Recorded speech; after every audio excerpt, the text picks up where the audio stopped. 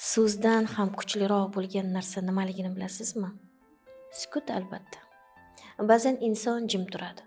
Bu zaiflik emas, bu charchoq emas, bu xafa bo'lish ham emas.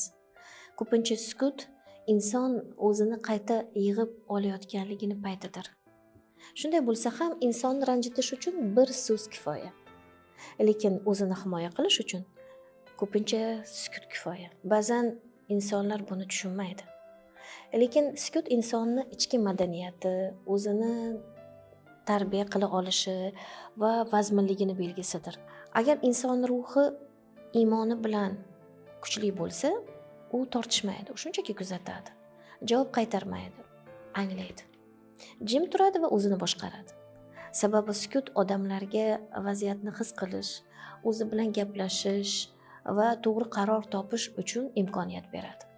Xulosa qilib aytadigan bo'lsak, insonni sukuti bu uning kuchsizligi emas, aksincha bu uning qalbi qay darajada uyg'oq ekanligini, ongi qay darajada yetgani va ruhi qay darajada puxtalashganini ko'rsatadi. Ba'zan inson gapirmay qo'yadi, chunki u hech kimni xafa qilgisi kelmaydi.